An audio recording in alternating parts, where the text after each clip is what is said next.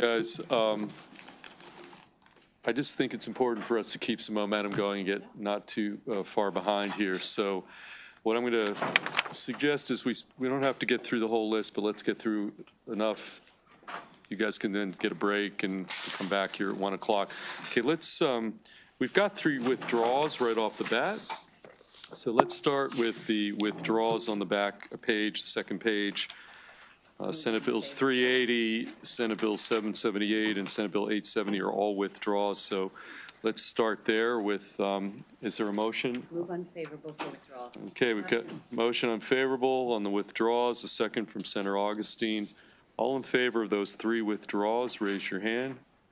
All opposed? That carries. Next go, we've got 2 emergency bills. One from, start with Senator Kagan's bill, Senate Bill 88, which is again emergency bill. So let's start there. And Stacy, why don't you describe Senate Bill 88? Senate Bill 88, Election Law, State Administrator of Elections, Municipal Elections. This emergency bill authorizes the State Administrator of Elections to enter into a memorandum of understanding with the municipality that allows the State Administrator to work collaboratively with the municipality to support the administration of the municipality's elections. There is one amendment from Senator Kagan, and that is on page, pardon me,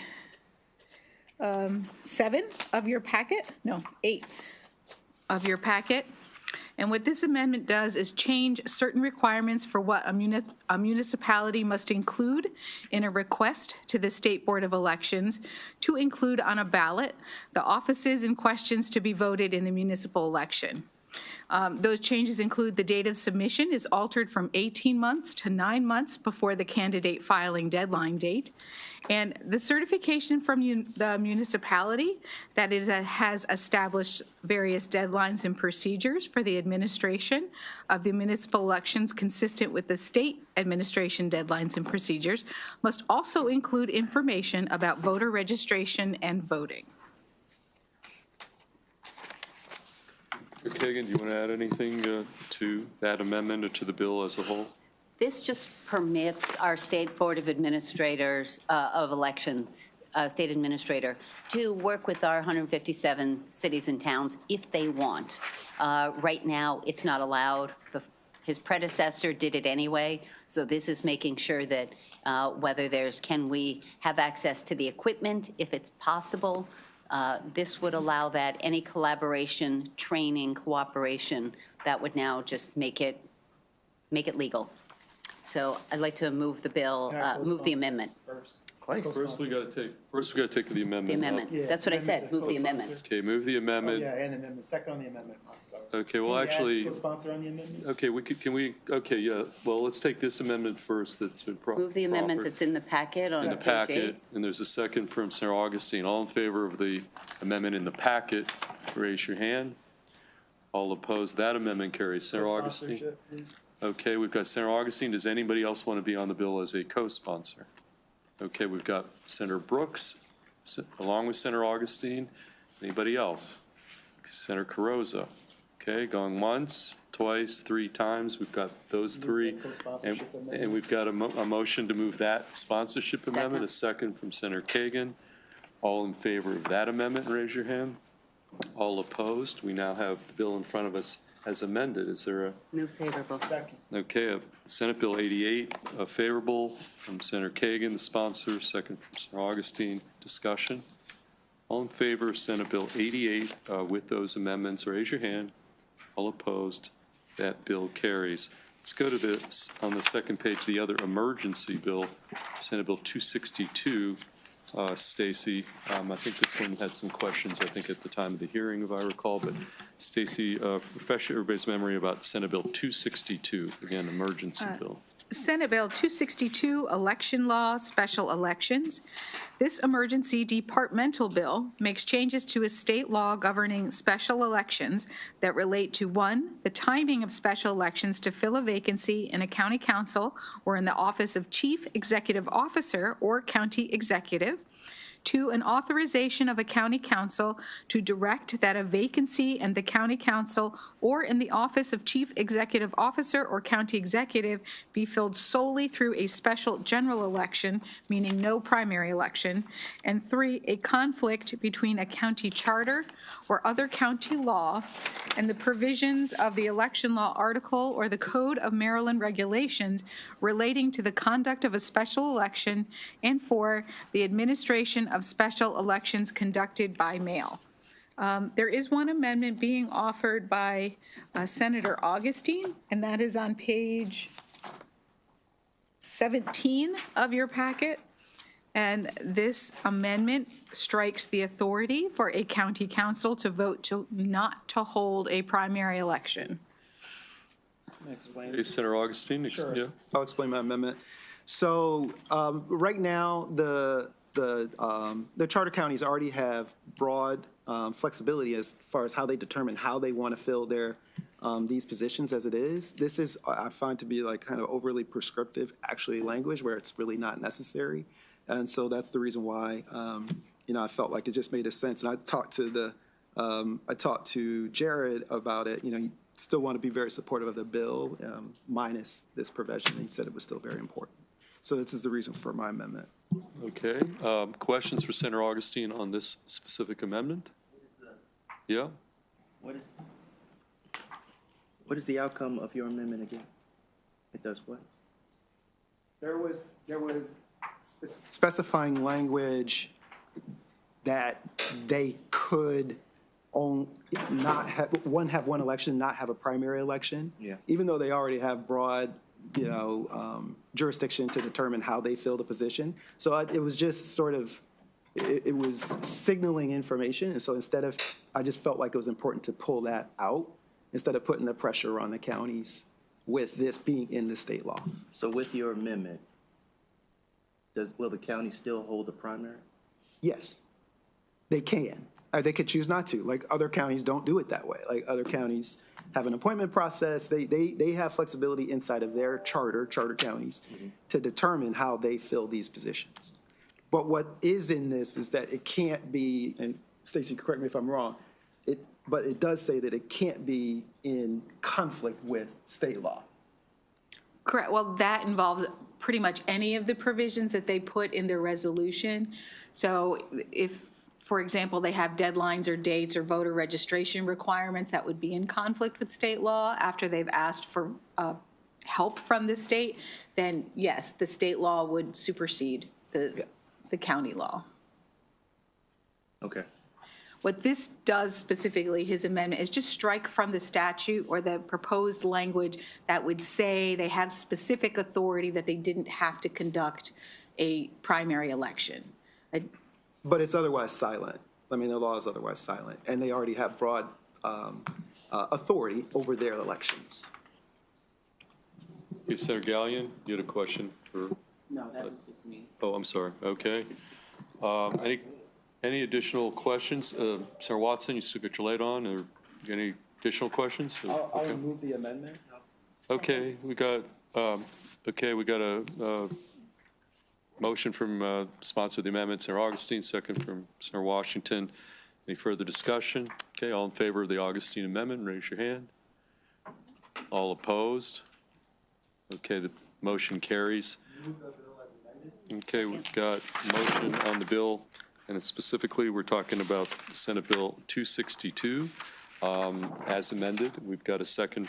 Yeah. Just before the final vote, I just want to Well, here, understand. first, before we do the final vote, we have a second from Senator Kagan. Now we've got the motion Okay. favorable on the bill as amended in front of us. Now we'll discussion, questions, et I'm just cetera. trying to understand what this bill changes for current county special election practices. Like a kind of a bottom line on, it's an emergency bill. Like, what are we giving them an authority they don't have that they need at the local level? I just want to better understand Okay. what we're doing with We this. want everybody to understand. Stacy, if you could help. The reason it's an emergency bill is because Prince George's County is in the process of holding a special election. So what it's doing is just changing some timelines here. It says, for example, when they pass this resolution, it's changing the timeline for when they pass this resolution regarding the election that the municipality is going to hold.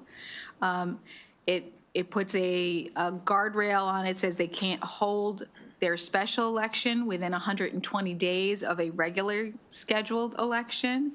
And it requires them to have at least 45 days during the date a local board makes the absentee ballot available, in alignment with the federal Help America Vote Act and the Overseas Voters Act, so that make sure that you can get absentee ballots to people stationed overseas and to individuals who might live in the municipality who are overseas, so they can get their ballots in time. It allows the state administrator to determine if a conflict exists between this county charter or county law regarding this election and the state laws. And if the state administrator determines that such a conflict exists, then the state law supersedes this county law. So bottom line, it's providing some clarity and new authorities at the local level to conduct these special elections? It's not really new authority, it's just clarifying Existing various authorities. administrative Okay, provisions. thank you. Okay, any additional questions for Stacy? Okay, we have a motion on the bill as amended and a second. Okay, all in favor of the bill as amended, raise your hand. All opposed, Senate Bill 26. Oh, I'm sorry, we've got one dissent. I apologize. Yes, so we had a 10-to-1 vote with one dissenting vote, Senator Watson in the red on Senate Bill 262 as amended, but the bill does carry on a 10-to-1 vote. Next up, let's go back to the front page. We're going to start with Senate Bill 23. Let me just also note, Senate Bill 76 from Senator Bailey, we're going to hold. We have some amendments that have been proffered into the committee that we want to take a look at. So Senate Bill 76, you can put on the hold list. We'll go back up to Senator Bailey on the front end. Senate Bill 23, April. Tell the committee what the bill does. Okay, Senate Bill 23, Natural Resources State Boat Act auctioneers. This bill excludes a licensed auctioneer from the definition of a dealer under the State Boat Act if the auctioneer is acting on behalf of a seller, secured party, or owner. Title does not pass to the auctioneer, and the auction is not for the purpose of avoiding the provisions of Title 10 of the Natural Resources article, which includes the State Boat Act. There are no amendments in the voting packet. Favorable. Okay, we've got a favorable from the vice chair, a second from Senator Augustine. Discussion, questions? Okay, seeing none, all in favor of Senate Bill 23, clean, raise your hand. All opposed, that bill carries unanimously. Next up, Senate Bill 24 from Senator Kagan. Devin, that's yours? Senate Bill 24, yeah. Oh, that's all right. Senate Bill 24, Annotated Code, Terminology, Clergy in Churches, Faith Institutions, and Places of Worship. This bill alters terminology throughout the Maryland Annotated Code so that references to clergymen are replaced with terms that are religiously and gender neutral, and references to churches are replaced with terms that are religiously neutral, including faith institutions and places of worship.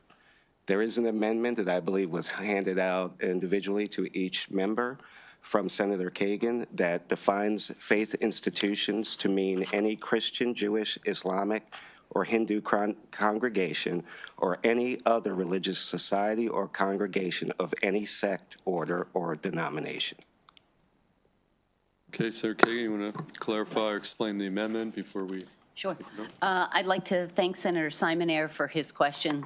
Like me, he's a bit of a grammar geek because sometimes our bills come to us where the definition uses the word in the definition.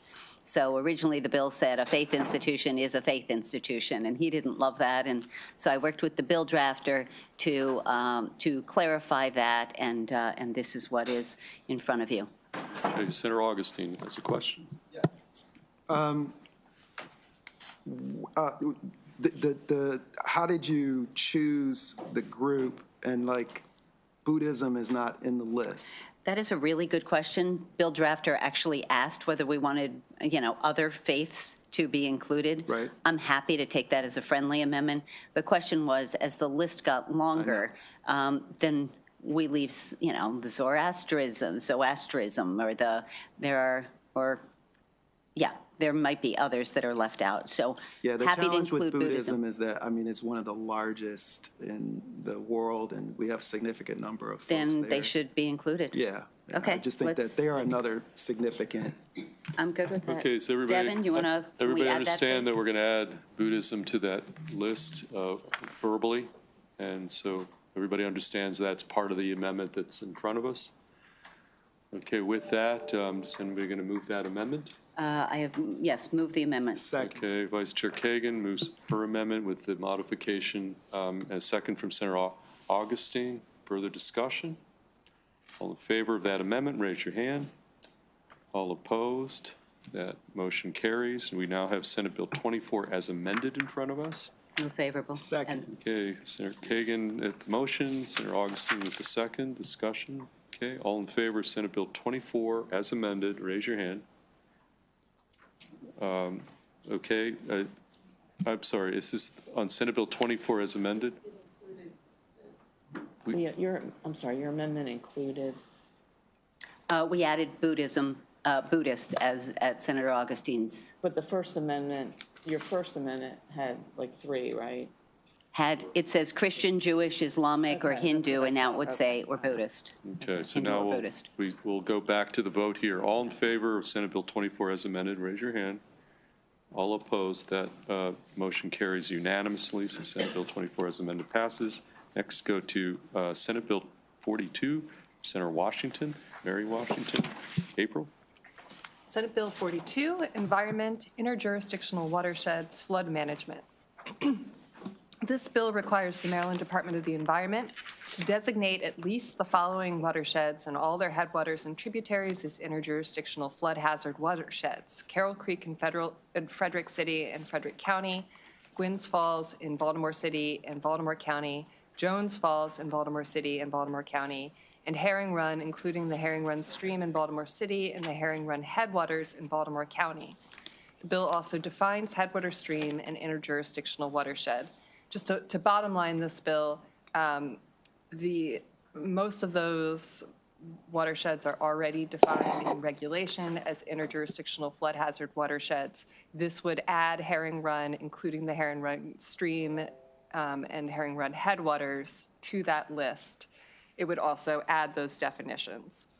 There is a amendment, should be somewhere on your desk, it's not in the voting packet, that is being requested for consideration by the Department of the Environment, which would strike the definition of headwater stream and the references to headwaters in the body of the bill.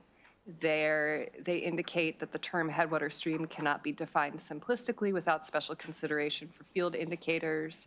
And they're also concerned about references to streams and wetlands, which are terms that may have conflicting meanings in other contexts. Up to the committee whether or not to take up the amendment.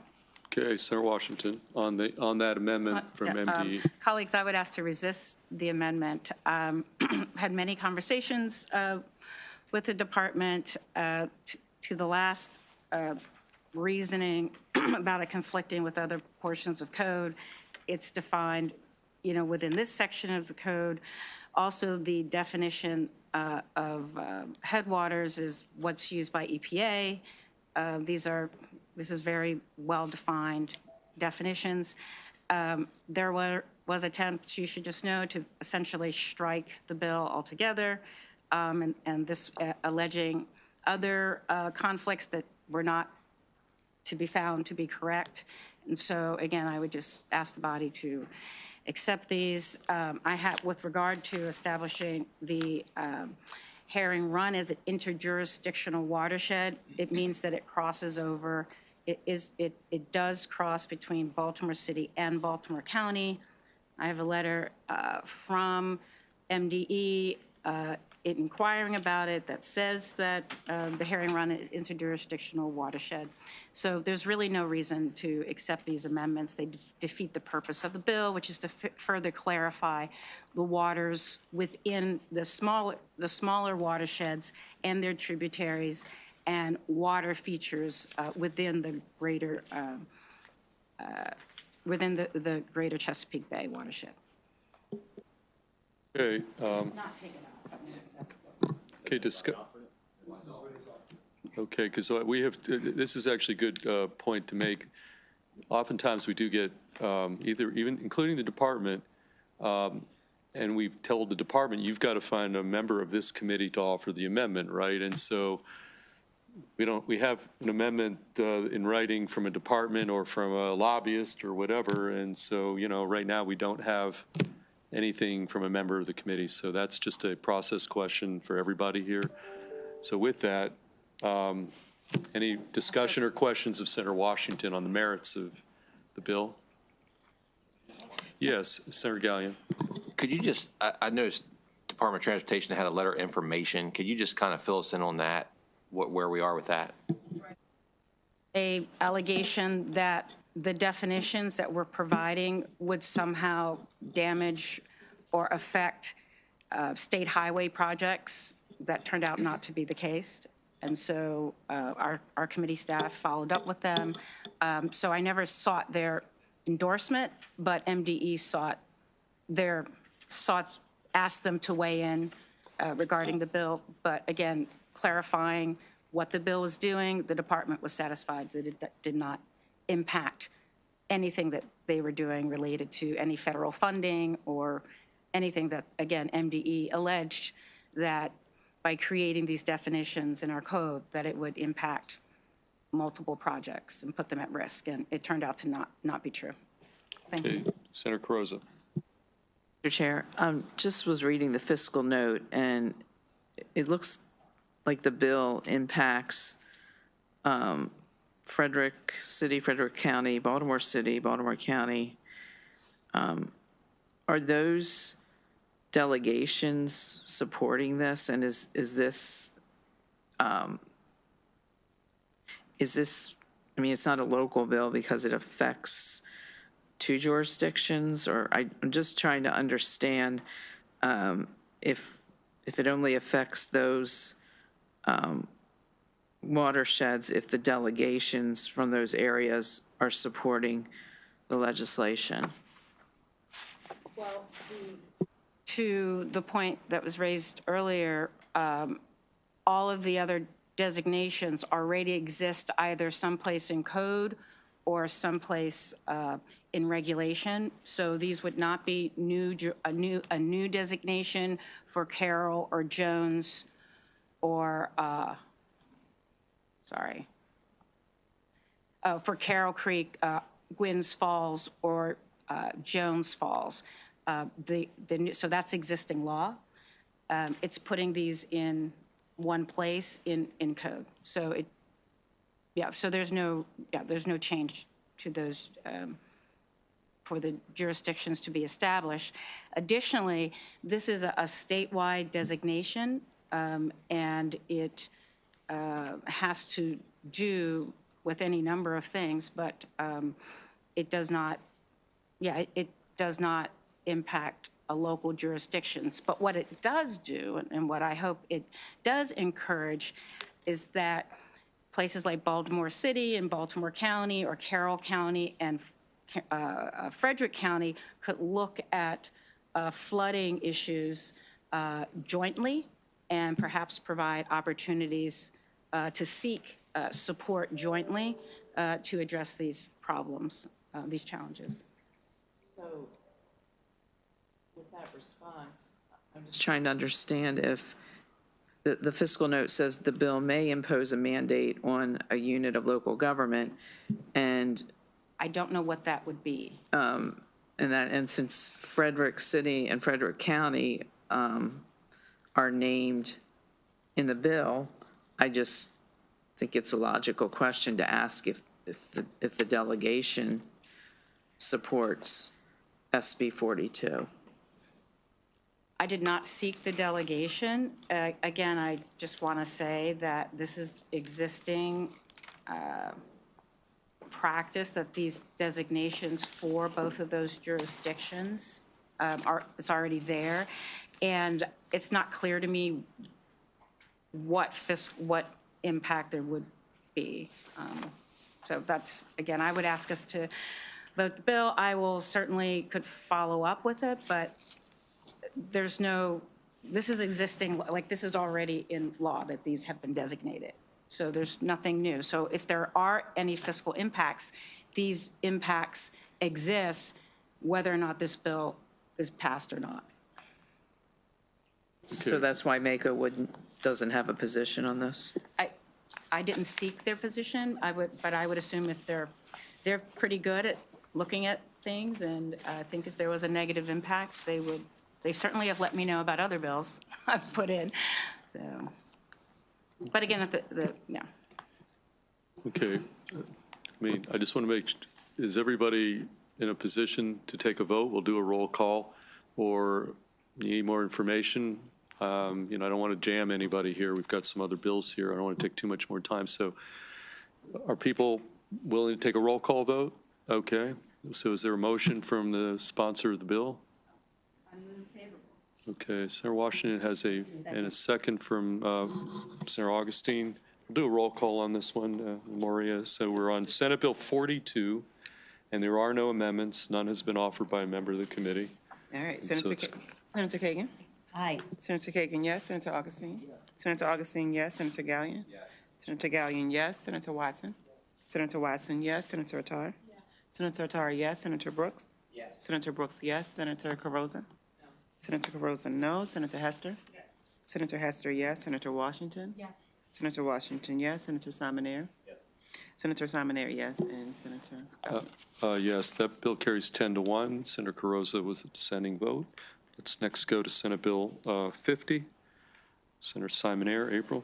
And by the way, folks, let's just do 10 more minutes at 12:30. Let's break. Whatever we have left, we'll just roll to the next voting session. I want to at least have a half hour for everybody to get their act together. So April, Senate Bill 50. Senate Bill 50, Local Government Annapolis and Anne Arundel County Conference and Visitors Bureau designation. This local bill updates obsolete references in the local government article relating to the Anne Arundel County hotel tax by changing the reference from the Annapolis and Anne Arundel County Conference and Visitors Bureau to Visit Annapolis and Anne Arundel County Incorporated. There are no amendments in the voting packet. However, we have received a co-sponsor request from Senator Guile, apologies, Henson, Rosapep, and Lamb. Okay. Very controversial. Okay. I think we should take the co-sponsors though. Okay. Yes, we've got a motion to take that co-sponsorship amendment. A second, Senator Augustine.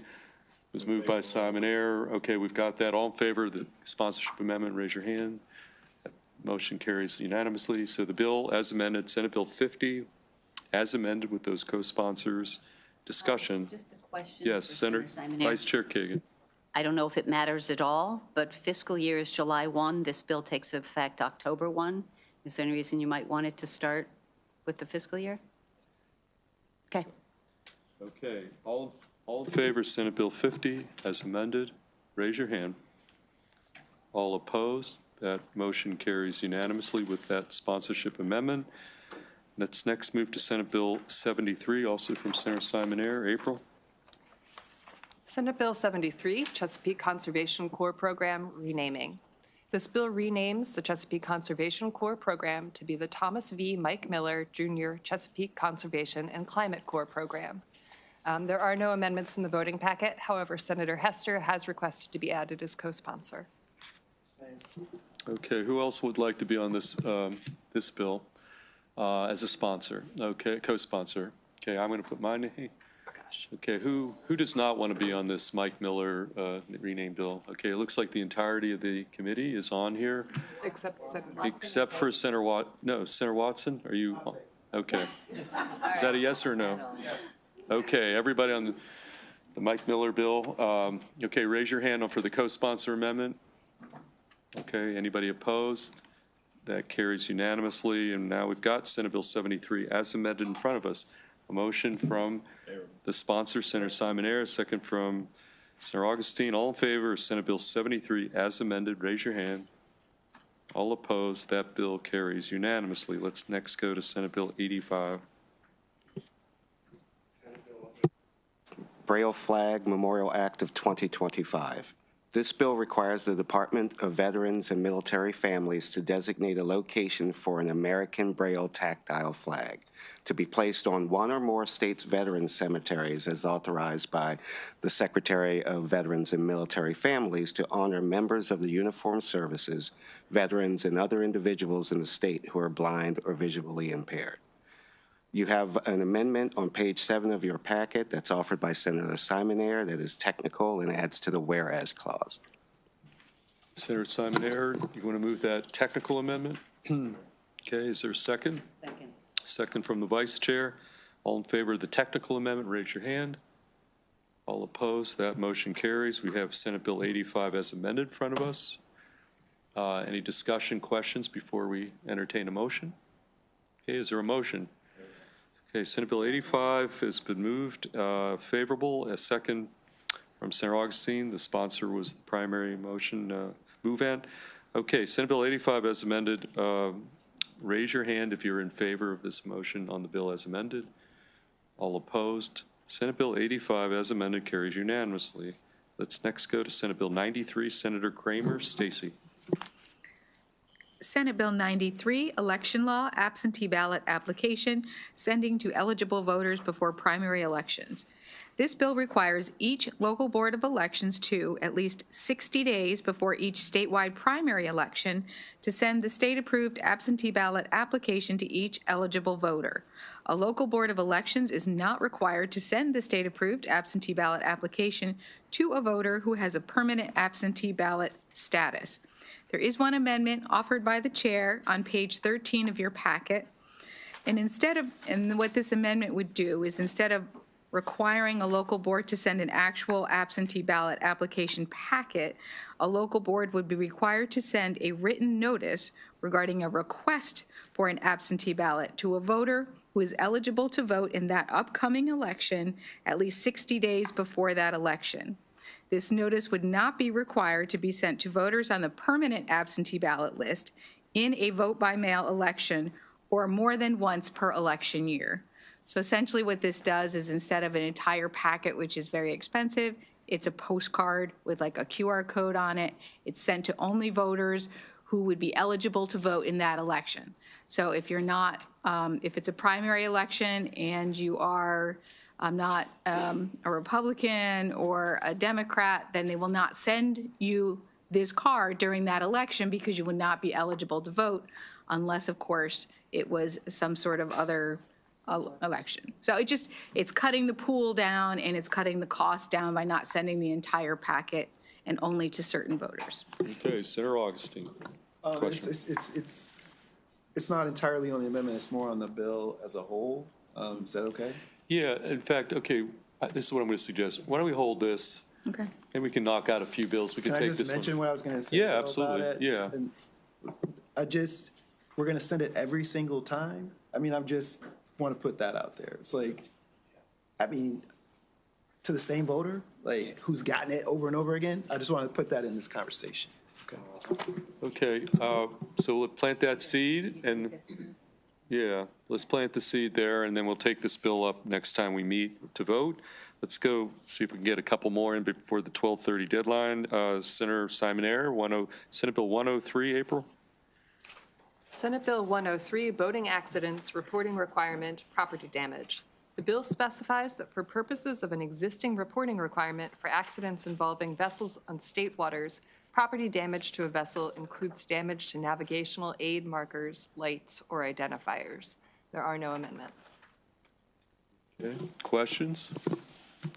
Favorable. Okay, we've got a favorable on Senate Bill 103, clean from Vice Chair. Second from Senator Washington. Discussion, questions? Seeing none, all in favor of Senate Bill 103, clean, raise your hand. All opposed? That bill carries. Motion carries unanimously. Senate Bill 153. Devin? 153, Senate Education, Energy, and the Environment Committee and House Environment and Transportation Committee. Code references revisions. This bill alters terminology throughout the Maryland Annotated Code to reflect the renaming of the Senate Education, Health, and Environmental Affairs Committee to be the Senate Committee on Education, Energy, and the Environment, and the renaming of the House Environmental Matters Committee to be the House Environment and Transportation Committee. The bill also clarifies the changes in subject matter jurisdiction for the Senate Committee on Education, Energy, and the Environment and the Senate Finance Committee. Okay, 3 years after the fact, we're updating the code. Is there an amendment? I do not have an amendment. Okay.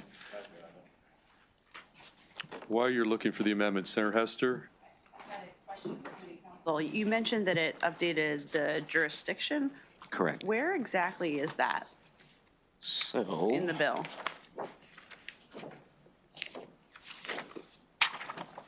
the updated jurisdiction references are basically anywhere where you see the mention of the Finance Committee. So, for example, on page 14, under the article of health occupations, beginning December 1, 2016, December 1 thereafter, the board shall submit to, and this is a report, EHE, and it has now become the Finance Committee because those health issues have been transferred from this committee to Finance.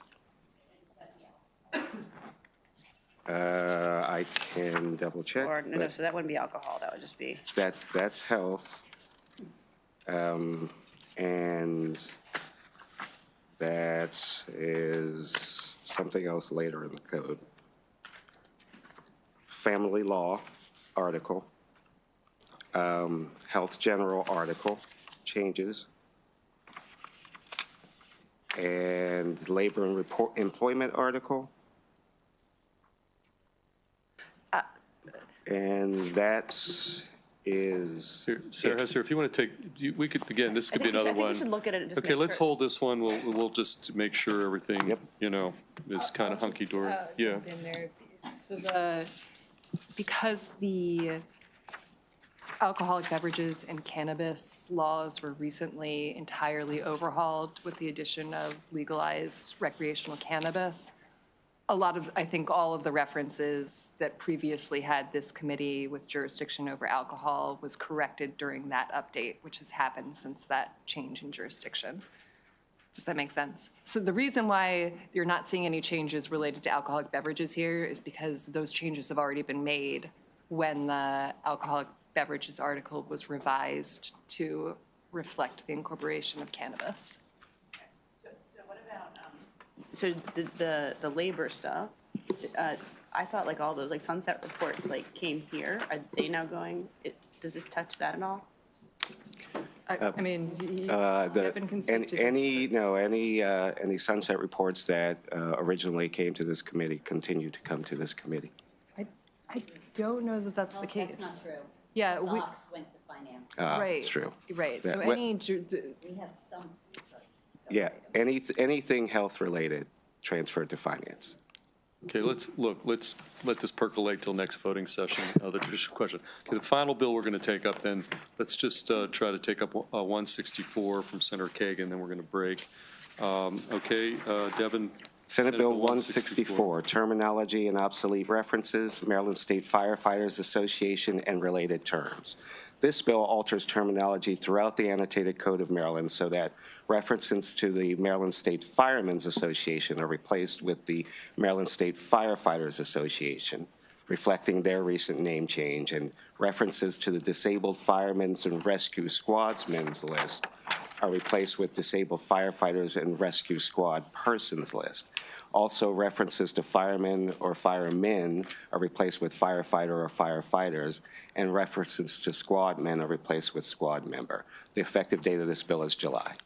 Okay, Senator Kagan. The Maryland State Firemen's Association debated this for many years, and last year they passed it, and so they asked that the code be updated to reflect their new name. They have changed their website, their banners, all the stuff, and 3 of our largest counties had women fire chiefs, and so it's just reflecting the large and growing gender diversity. So I'm happy to take questions, or I'd like to move favorable on the bill. There are no amendments, so it's motion on Senate Bill 164 clean, a second from Senator Augustine. Further discussion? Okay, seeing none, all in favor of Senate Bill 164 clean, raise your hand. Okay, we've got 10 yay votes and 1, I'm sorry, oh, yay, okay. That motion carries unanimously, 164, and with that, we're going to break, and we're